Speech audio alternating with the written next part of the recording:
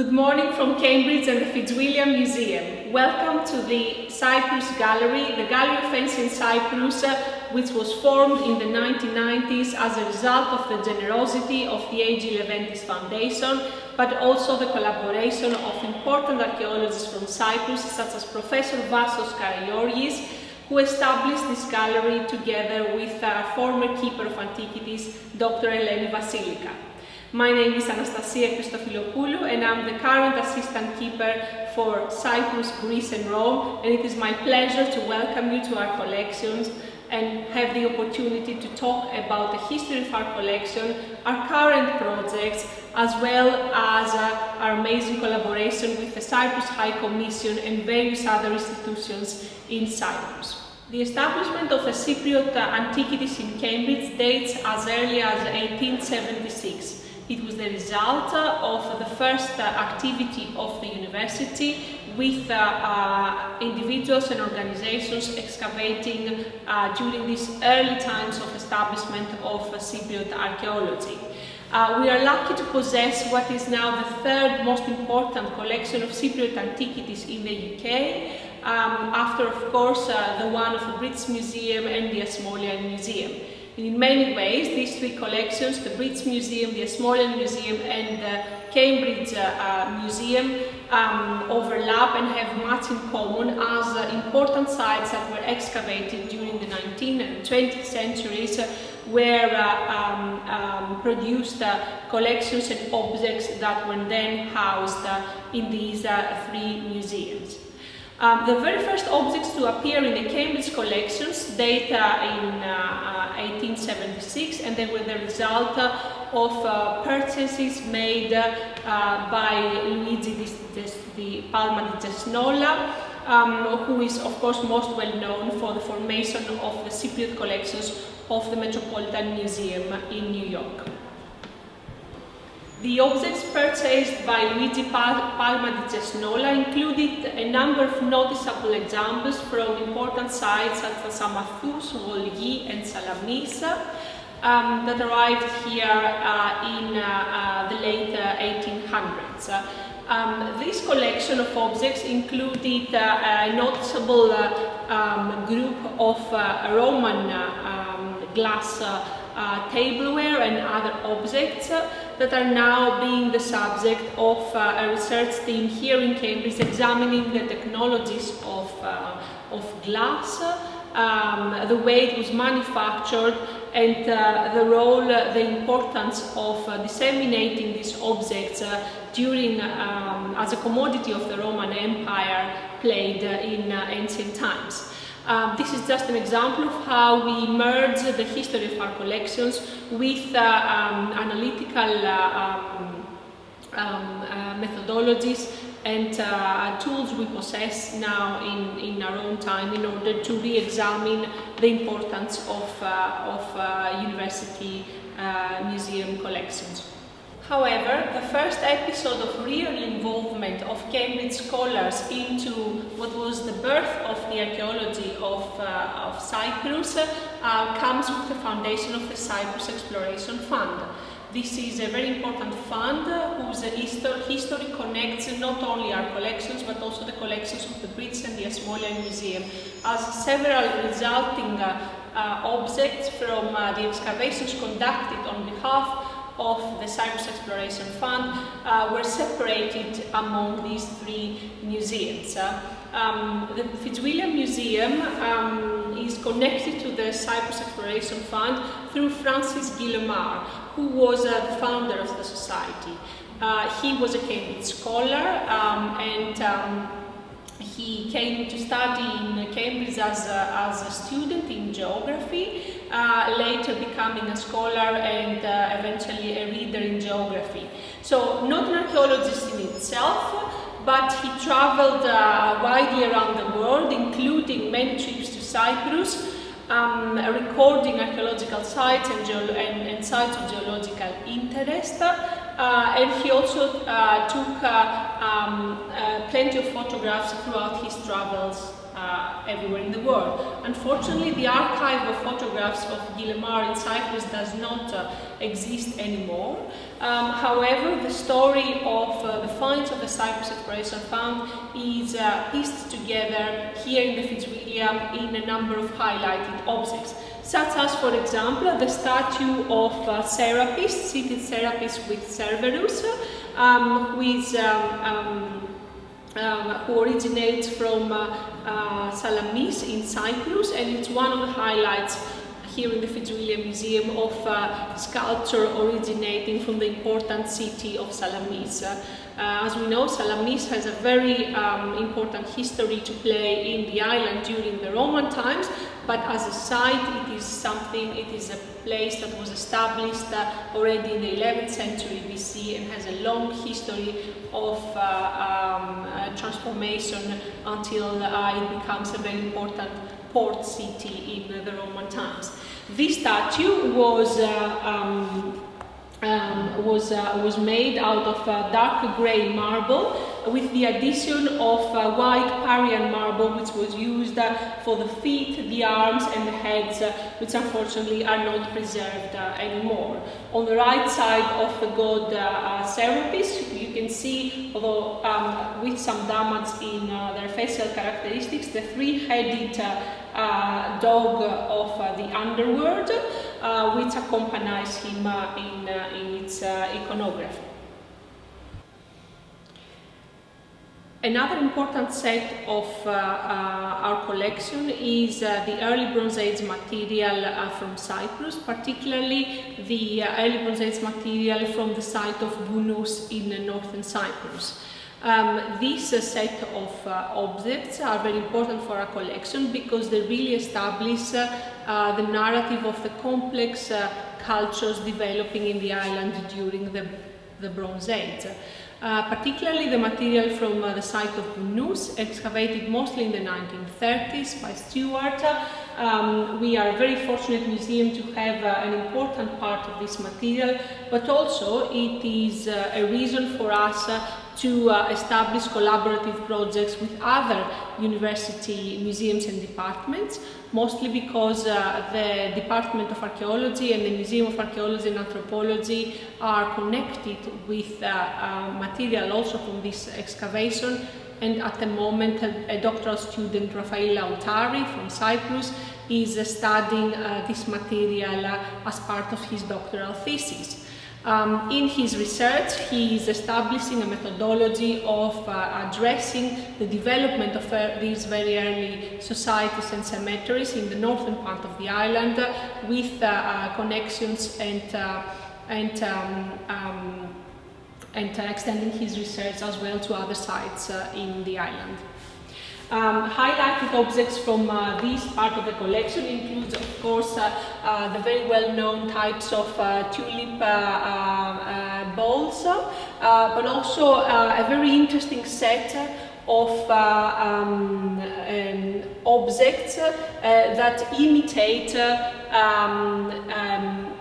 objects made from different materials that were used from these early societies. So these, for example, include models of daggers, as you can see here, and the model of a scabbard, but as well as models of brushes and other types of objects that were very common during the early Bronze Age times. We're also very interested in analyzing a number of metal objects, mostly dagger blades and pins that originate from this cemetery as part of a wider network of research into the technology of metals during the Bronze Age in Cyprus, which of course feeds more into the research, the wider picture of the importance of the technologies of copper and bronze in Cyprus during the Bronze and the Classical times. Cyprus being a very important manufacturer of bronze objects, but also a very important trader of not just finished objects, but also technologies and raw materials on around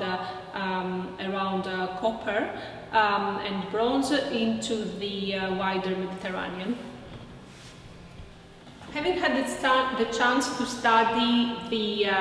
importance of the red polished ware, as we've seen it from the material from the early cemeteries of Yunus, we're also fortunate afterwards to be able to display a number of exquisite examples from the white painted ware of Cyprus that is mostly predominant during the Middle and the Late Bronze Age in Cyprus. We're also again very lucky that another very important site in Cyprus, such as Tamassos, for the Bronze Age but also the later periods, is again highlighted as a concrete site within our collection. I'm mentioning this because many museums are examples of collections of very exquisite objects, but sometimes these objects might come from very disparate sites or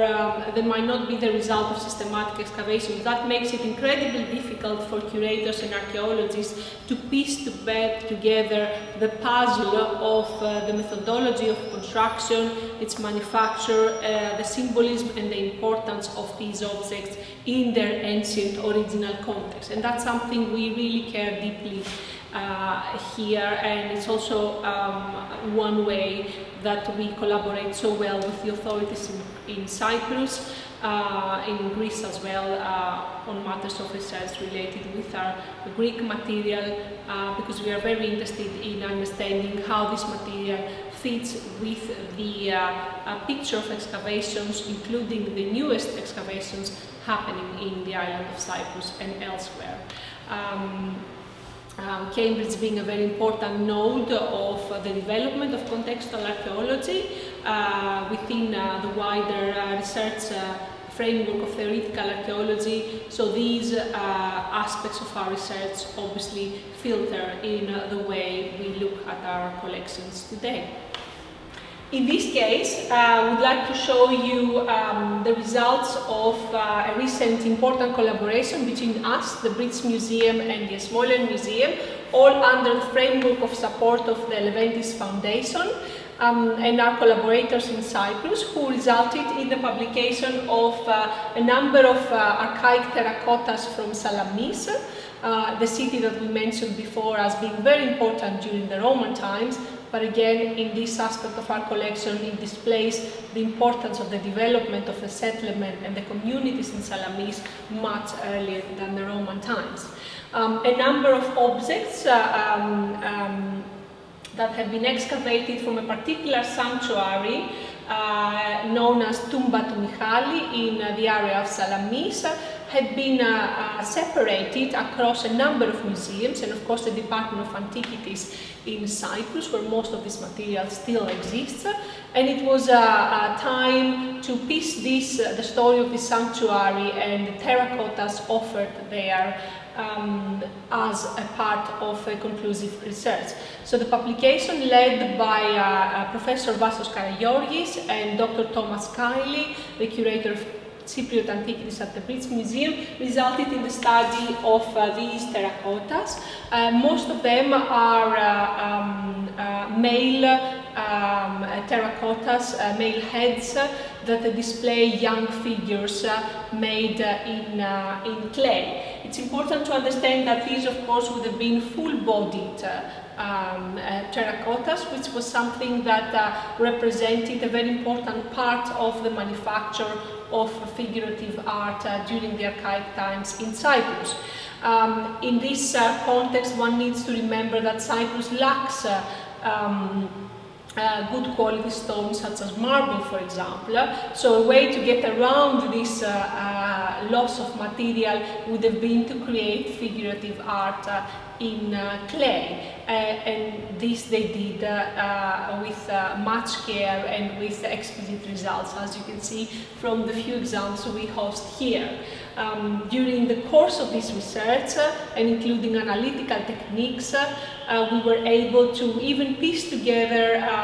fragments fragments of these terracotta figures that exist in this museum or the Asmolean Museum or the British Museum and might have been originating from the same figure. And again, this is a story that highlights how important collaboration between museums is in this time in order to reveal the truth of excavations that happened many decades ago. And of course, an absolute highlight and ambassador of our collection and our connection with Cyprus is the marble statue of Dionysus originating from the Gymnasium of Salamis around the 2nd century AD. This was of course not a sculpture in its own right, it was part of a number of important sculptures that highlighted the Gymnasium of Salamis in its heyday.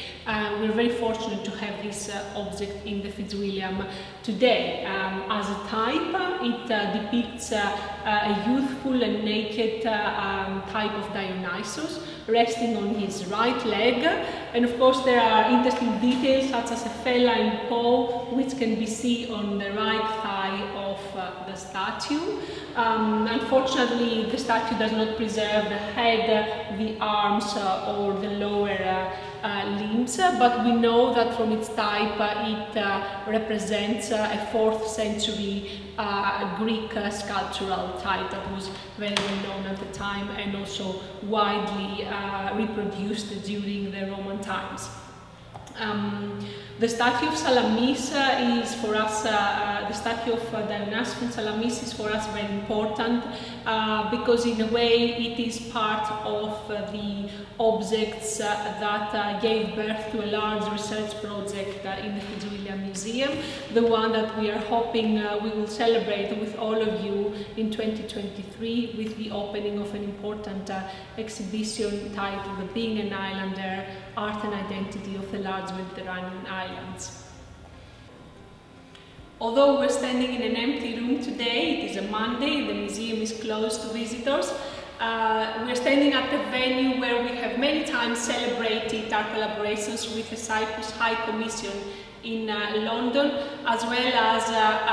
all the other authorities that have supported us so fiercely in our 2 last research projects, the Cyprus in Context, a project that lasted between 2016 and 2019, and of course our second larger project, Being an Islander, which will result in a large-scale exhibition in 2023 in Cambridge. As part of these large research projects, we are also hosting a number of cultural events in collaboration with the cultural sector of the Cyprus High Commission, with whom we have an amazing connection and collaboration. We have hosted poetry evenings and literary events. The last one was a very successful one in January 2020 with the participation of acclaimed Cypriot poet Noor Najarzan and a number of other artists from Cyprus that are based in London. So our project, the one that will result in a large-scale exhibition, is not just an archaeological project, but it is a number of it includes a number of outcomes and objectives on research aspects of the archaeology of Cyprus, but also the publication of the book, the production of a large-scale conference before the opening of the exhibition, as well as a general research direction that deals with the identities of the large Mediterranean islands, and particularly Cyprus. It is only one ekphrasis, as we would say in Greek, of how well we are connected with the Cypriot authorities, both in London and in Cyprus. Without their support, we wouldn't be able to establish this project. So we are here today, your friends and collaborators, to wish the Cypriot democracy a very happy anniversary on the establishment of their 60th anniversary, and to thank you very much for collaborating with us. Χρόνια πολλά στην Κυπριακή Δημοκρατία, με αγάπη από το Cambridge.